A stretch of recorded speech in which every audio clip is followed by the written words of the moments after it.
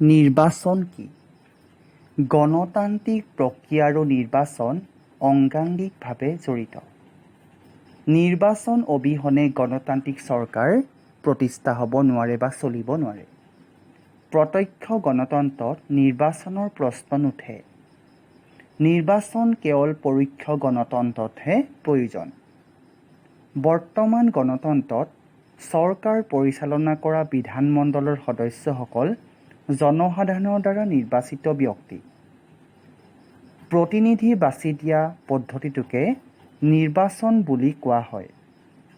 নিৰ্বাচনৰ বাবে এটা সমষ্টিত একাধিক প্ৰতিদ্বন্দ্বী বা প্ৰাৰ্থী থাকিব লাগিব, তেতিয়াহে তেওঁলোকৰ মাজৰ পৰা এজনক নিৰ্বাচিত কৰিব পৰা যাব। নিৰ্বাচন কেই প্ৰকাৰ আৰু কি কি জনাৰ আগতে তোমালোকে নিৰ্বাচন মানে কি জানি ল'ব লাগিব। ভোটাৰসকলে ভোটদান কৰি প্ৰতিনিধি বাছি দিয়া পদ্ধতিটোক নিৰ্বাচন বোলে। হ'ল, তাৰপিছত চাবা ৩২৪ নং অনুচ্ছেদত নিৰ্বাচনী আয়োগে নিৰ্বাচন অনুষ্ঠিত কৰে। নিৰ্বাচন দুই প্ৰকাৰৰ, প্ৰত্যক্ষ নিৰ্বাচন আৰু পৰোক্ষ নিৰ্বাচন।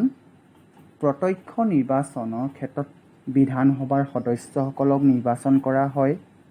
লোকসভাৰ নিৰ্বাচন, স্থানীয় চৰকাৰৰ নিৰ্বাচন। দ্বিতীয়টো হ'ল পৰোক্ষ নিৰ্বাচন।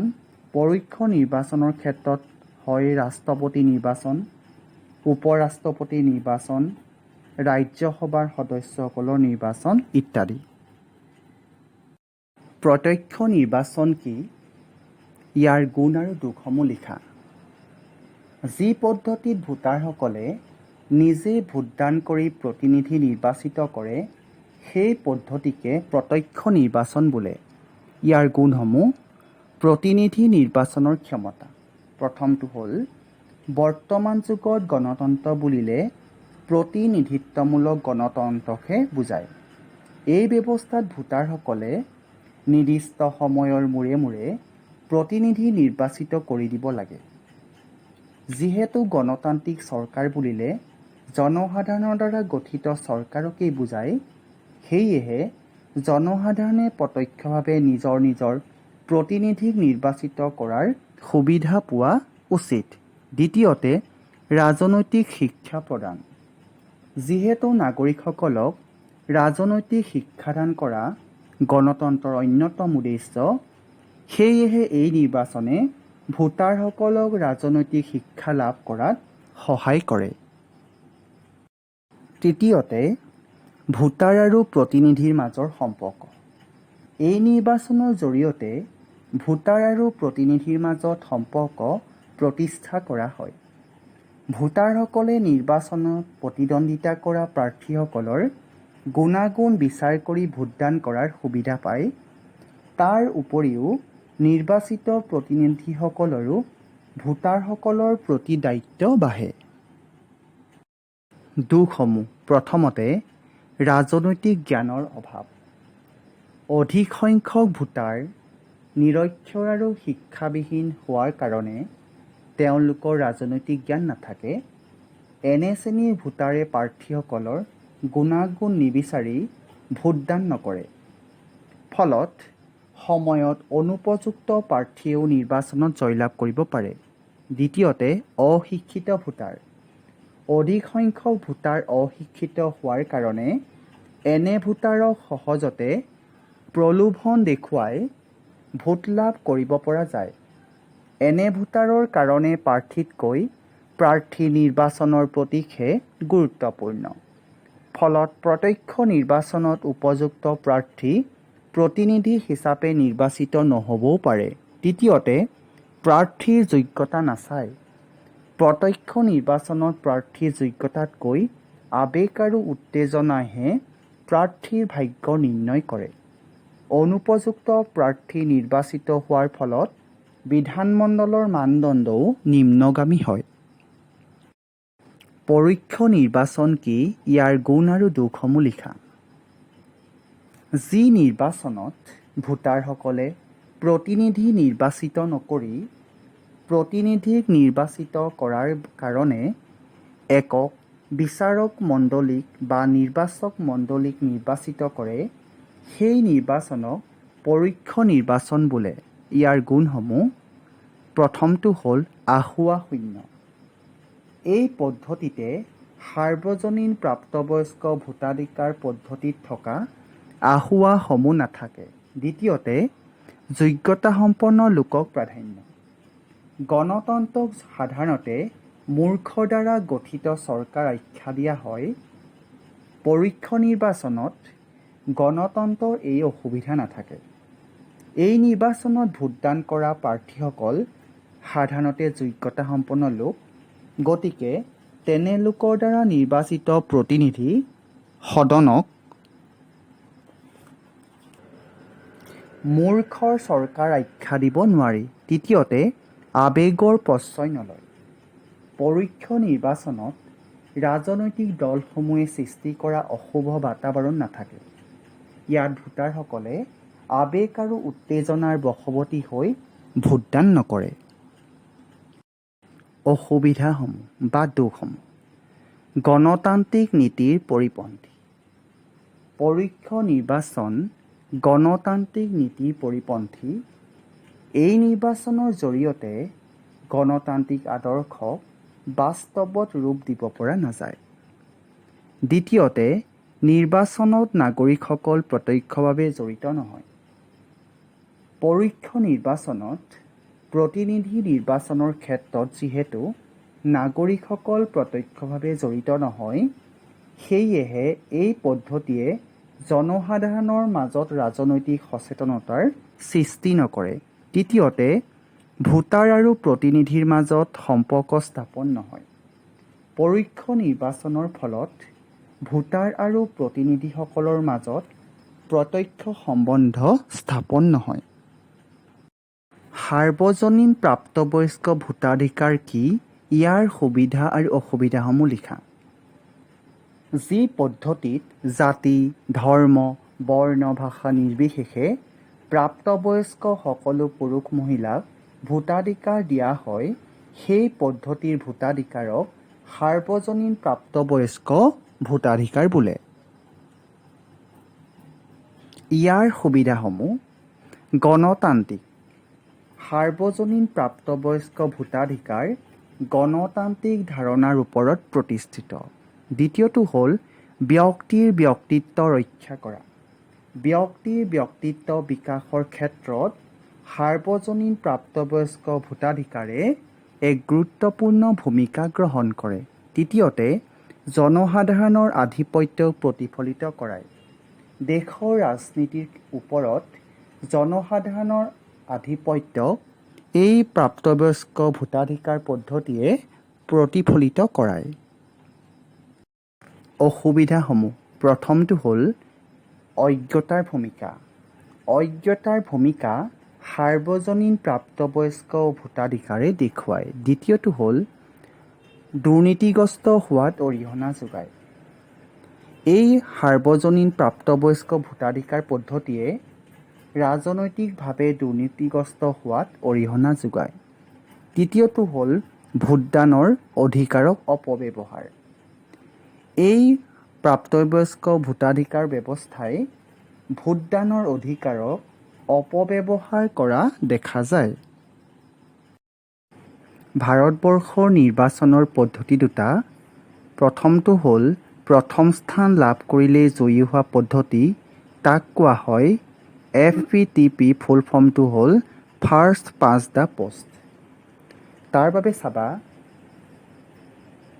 এই পদ্ধতি অনুসৰি এটা সমষ্টিত যিজন প্ৰাৰ্থীয়ে আটাইতকৈ সৰহসংখ্যক ভোট লাভ কৰে তেওঁকেই নিৰ্বাচিত বুলি ঘোষণা কৰা হয়। সেইদৰে নিৰ্বাচিত হোৱা যিটো দলেই আটাইতকৈ সৰহসংখ্যক আসন লাভ কৰে সেইটো দলকেই চৰকাৰ গঠন কৰিবলৈ কোৱা হয়। এই পদ্ধতিটোকে প্ৰথম স্থান লাভ কৰিলেই জয়ী হোৱা পদ্ধতি বুলি কোৱা হয়। এই পদ্ধতিৰে দেখা যায় যে শতকৰা 48% ভোট লাভ কৰিও শতকৰা ৮০% আসন লাভ কৰিব পাৰি। কেতিয়াবা মুঠ ভোটাৰৰ শতকৰা ২৫ বা ৩০% ভোট লাভ কৰিও এজন প্ৰাৰ্থী বিজয়ী ঘোষিত হ'ব পাৰে। এই পদ্ধতিৰে নিৰ্বাচিত হোৱা প্ৰাৰ্থীক প্ৰকৃততে জনগণৰ প্ৰতিনিধি বুলি ক'ব নোৱাৰি। কেতিয়াবা ধনৰ বলেৰে, বাহুৰ বলেৰে, জাত-পাতৰ প্ৰশ্ন উত্থাপন কৰি এইখিনি ভোট লাভ কৰিব পাৰি। তদুপৰি এই পদ্ধতিত ভোটৰ অপচয় হয়। শতকৰা ২৫% ভোটেৰে নিৰ্বাচিত হ'লে শতকৰা ৭৫% ভোট অপচয় হয়। দ্বিতীয়টো পদ্ধতি হ'ল সমানুপাতিক প্ৰতিনিধিত্বমূলক পদ্ধতি প্ৰপ'ৰ্চনেল ৰিপ্ৰেজেণ্টেশ্যন ছিষ্টেম। এই পদ্ধতি অনুসৰি কোনো এটা দলে নিৰ্বাচনৰ যিমান শতাংশ ভোট লাভ কৰে সেই অনুপাতে সেই দলে বিধানমণ্ডলত আসনো লাভ কৰা এটা ব্যৱস্থা। ইয়াত যিয়েই কোটাৰ জৰিয়তে অধিক ভোট লাভ কৰিব তেওঁকেই জয়ী স্থান দিয়া হয়। ইয়াৰ নিৰ্বাচন পৰোক্ষভাৱে হয়। FPTP মানে প্ৰথম স্থান লাভ কৰিলে জয়ী হোৱা পদ্ধতি আৰু PR প্ৰপ'ৰ্চনেল ৰিপ্ৰেজেণ্টেশ্যন ছিষ্টেম সমানুপাতিক প্ৰতিনিধিত্ব পদ্ধতিৰ মাজৰ পাৰ্থক্য। তাৰ বাবে মই তোমালোকৰ আগত 4টা পাৰ্থক্য দাঙি ধৰিছোঁ। প্ৰথমটো চাবা FPTPৰ ক্ষেত্ৰত চাবা ৰাষ্ট্ৰখন সৰু সৰু ভৌগোলিক এককত বিভক্ত কৰা হয় আৰু যাক সমষ্টি বুলি কোৱা হয়। PRৰ ক্ষেত্ৰত চাবা ইয়াৰ সমষ্টিবোৰৰ আকাৰ ডাঙৰ। কেতিয়াবা সমগ্ৰ ৰাষ্ট্ৰখনেই এটা সমষ্টি হ'ব পাৰে। দ্বিতীয়তে FPTPৰ ক্ষেত্ৰত চাবা প্ৰত্যেক সমষ্টিৰ পৰা এজনকৈ নিৰ্বাচিত কৰা হয়। দ্বিতীয়তে PRৰ ক্ষেত্ৰত চাবা প্ৰত্যেক সমষ্টিৰ পৰা একাধিক নিৰ্বাচিত হয়। FPTPৰ ক্ষেত্ৰত চাবা তৃতীয়তে ভোটাৰে প্ৰাৰ্থীক ব্যক্তিগতভাৱে নিৰ্বাচন কৰে। PRৰ ক্ষেত্ৰত চাবা তৃতীয়তে ভোটাৰে কেৱল দলকহে ভোট দিয়ে। FPTPৰ ক্ষেত্ৰত চাবা চতুৰ্থতে এটা দলে ভোট লাভৰ অনুপাততকৈ অধিক আসন লাভ কৰিব পাৰে। PRৰ ক্ষেত্ৰত চাবা চতুৰ্থতে প্ৰত্যেক দলে ভোট লাভ কৰা অনুপাতে আসন লাভ কৰে। মুক্ত আৰু নিকা নিৰ্বাচন কি? মুক্ত আৰু নিকা নিৰ্বাচন সেইখন ৰাষ্ট্ৰত দেখিবলৈ পোৱা যায় য'ত নিৰ্বাচনীৰ অহৎ কাৰ্য পৰিচালিত নহয় আৰু য'ত নিৰ্বাচনৰ ক্ষেত্ৰত বাহুবলৰ আৰু টকা পইচাৰ শক্তিৰ পৰা বাহিৰত থাকে একক ভোটদানৰ অধিকাৰ থাকিব লাগিব। মুক্ত আৰু নিকা নিৰ্বাচনৰ ক্ষেত্ৰত কেইবাটাও বৈশিষ্ট্য পৰিলক্ষিত হয়। প্ৰথমটো বৈশিষ্ট্য হ'ল সাৰ্বজনীন প্ৰাপ্তবয়স্ক ভোটাধিকাৰৰ ব্যৱস্থা মুক্ত আৰু নিকা নিৰ্বাচনৰ দেখিবলৈ পোৱা যায়। দ্বিতীয়টো বৈশিষ্ট্য হ'ল ধনবল আৰু বাহুবলৰ প্ৰভাৱ ৰাজনীতিৰ পৰা হ্ৰাস কৰা। তৃতীয়টো হ'ল এক স্বাধীন নিৰপেক্ষ সাৰ্বভৌম কৰ্তৃপক্ষৰ প্ৰয়োজন যাৰ দ্বাৰা নিৰ্বাচন নিয়ন্ত্ৰণ হয়, তত্ত্বাৱধান হয় আৰু অনুষ্ঠিত কৰা হয়। উদাহৰণস্বৰূপে ভাৰতবৰ্ষৰ নিৰ্বাচনী আয়োগ।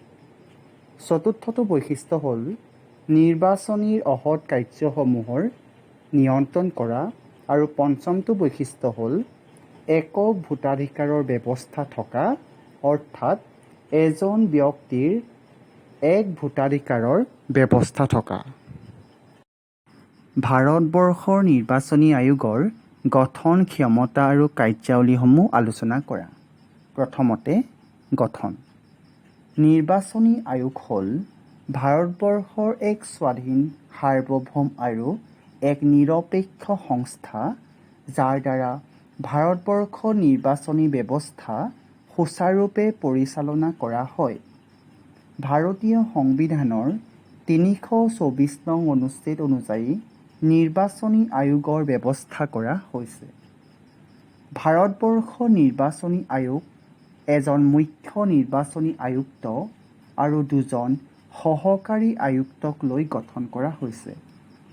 মুখ্য নিৰ্বাচনী আয়ুক্ত আৰু আন দুজন আয়ুক্ত ৰাষ্ট্ৰপতিয়ে নিযুক্তি প্ৰদান কৰে। নিৰ্বাচনী আয়োগৰ ক্ষমতা আৰু কাৰ্যাৱলী। প্ৰথমতে, ভোটাৰ তালিকা প্ৰস্তুতকৰণ। ভাৰতবৰ্ষৰ নিৰ্বাচনী আয়োগৰ প্ৰথম কাৰ্য হ'ল ভোটাৰ তালিকাবোৰ প্ৰস্তুত কৰোঁতে যাতে সবিশেষ তথ্য সম্বলিত হয় সেই বিষয়ত বিহিত ব্যৱস্থা গ্ৰহণ কৰিব লাগে। তদুপৰি প্ৰকৃত ভোটাৰৰ নাম যাতে ভোটাৰ তালিকাৰ পৰা বাদ নপৰে বা অযোগ্য ভোটাৰৰ নাম তালিকাত অন্তৰ্ভুক্ত নহয় তাৰ প্ৰতি দৃষ্টি ৰাখিব লাগে। দ্বিতীয়তে, নিৰ্বাচনৰ সময় নিৰ্ধাৰণ আৰু নিৰ্বাচনৰ সূচী প্ৰস্তুতকৰণ। নিৰ্বাচন আয়োগৰ আন এটা কাৰ্য হ'ল নিৰ্বাচনৰ সময় নিৰ্ধাৰণ কৰা আৰু নিৰ্বাচন সূচী প্ৰস্তুত কৰা। নিৰ্বাচন সূচীত নিৰ্বাচনৰ বাবে জাননী দিয়া, নিৰ্বাচনৰ ফলাফল আৰু ঘোষণাৰ দিন তাৰিখ আদি সন্নিৱিষ্ট থাকে। তদুপৰি নিৰ্বাচন সূচীত মনোনয়ন পত্ৰ জমা দিয়া, পৰীক্ষা কৰা, প্ৰত্যাহাৰ কৰাৰ শেষ তাৰিখ আদিৰো উল্লেখ থাকে। তৃতীয়তে, নিৰ্বাচন স্থগিত বা বাতিলকৰণ। নিৰ্বাচন আয়োগে সুস্থ নিৰ্বাচন অনুষ্ঠিত কৰাৰ বাবে যিকোনো ধৰণৰ সিদ্ধান্ত স্বাধীনভাৱে ল'ব পাৰে।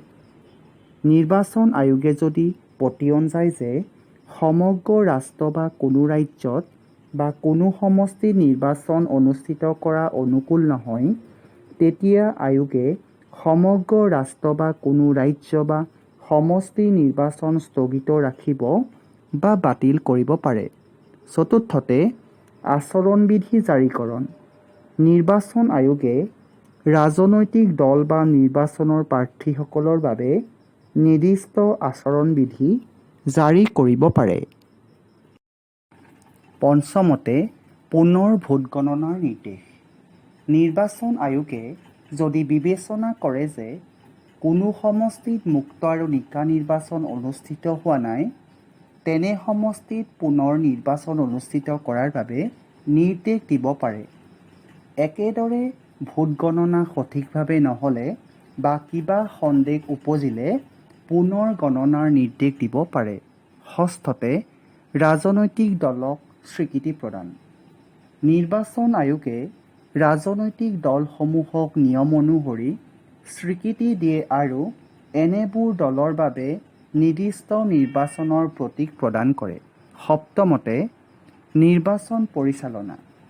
ভাৰতৰ নিৰ্বাচনী আয়োগে ৰাষ্ট্ৰপতি, উপ-ৰাষ্ট্ৰপতি, কেন্দ্ৰীয় আৰু ৰাজ্যিক বিধানমণ্ডলসমূহৰ নিৰ্বাচনবোৰ পৰিচালনা কৰে আৰু ফলাফলসমূহ ঘোষণা কৰে।